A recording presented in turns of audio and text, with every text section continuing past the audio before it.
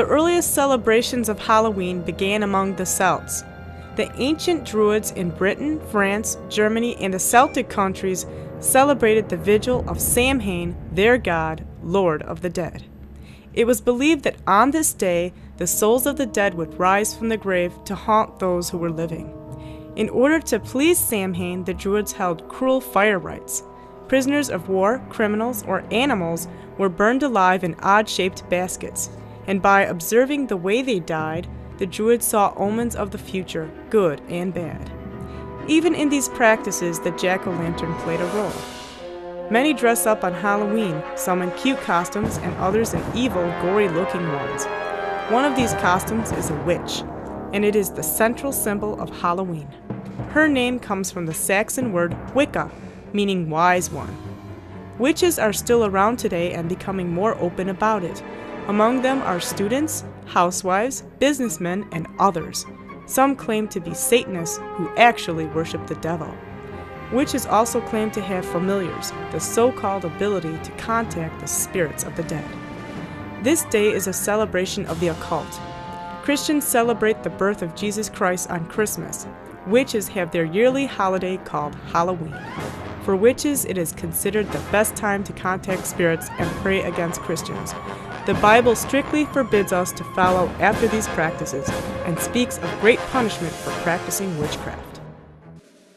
We know, for instance, in the public school systems, the celebration of Halloween is acceptable. The hanging up of demons, of devils, of celebrating Satan is considered good, but yet now they're eliminating anything to do with Christ. Any Christmas songs, Bibles are forbidden, Bible studies, Bible groups.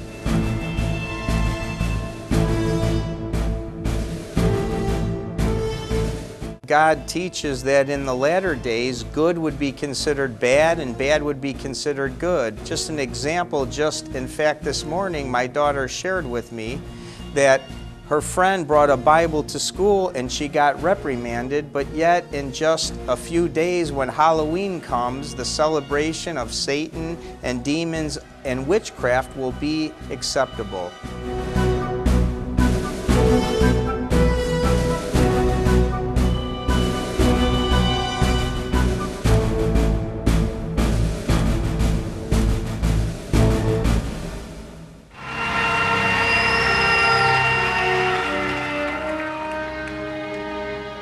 In the center of the caverns of hell, hidden under layers of evil that have thrived for centuries, sits the morbid domain of the prince of the power of the air. Suddenly, a scaly creature disrupts Satan's ghastly existence with an urgent message, and it reads, Code red problem, conference needed, disaster forecasted.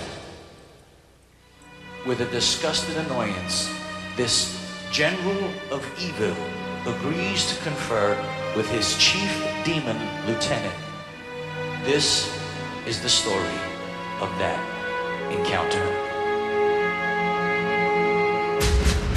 You may enter. My Lord Satan. State your business and make it fast. Sir, we're having problems of cataclysmic proportions. Where? In the East Sector, sir. The damage is vast. Is there something wrong with my abortion clinics?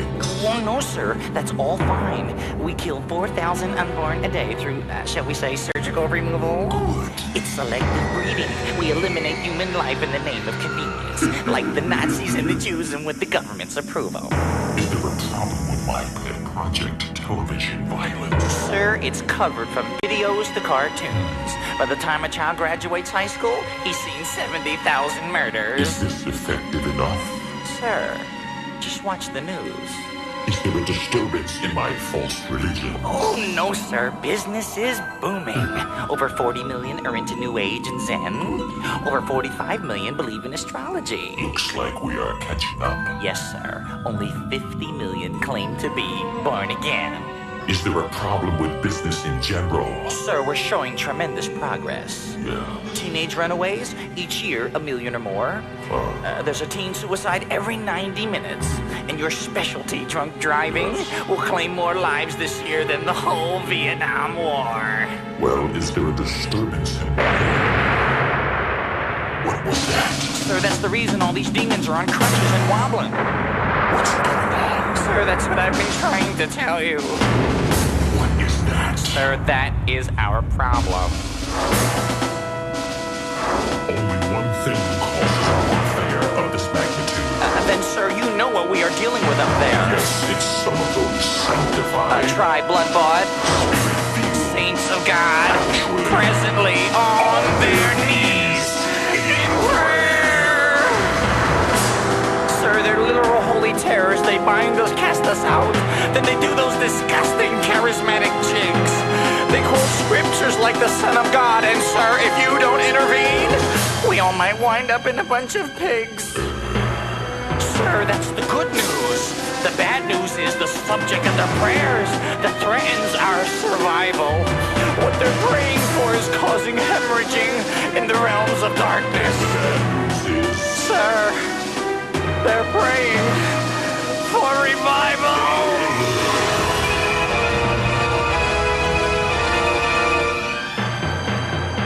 I hate revival. It just erupts. It's hardly controllable. At the Azusa Street outpouring, things got rough. Yes, sir. And when the charismatic movement hit, sir, we were jumping out of windows. With all of that, untie my bow tie, who stole my Honda stuff. Then I'll come in like a flood. But they'll say the Spirit of the Lord will lift up a standard against you. It's written in the Word. I'll form weapons against. Sir, no weapon formed against them shall prosper. That's in the Bible, too. Yes, I heard. I'll hit them with every filthy, lusty fun you can imagine. But it's written, resist the devil and he must flee. Obviously, the enemy is taking them out more seriously than we are. And that's very dangerous, sir. Especially for me. It's time to launch my final most vicious attack. I'll remind the saints of their past. How they were liars, cheaters, manipulators, and moochers. But, sir, you know what will happen if you remind the saints of their past. And what is that? Sir, they'll just remind you of your future.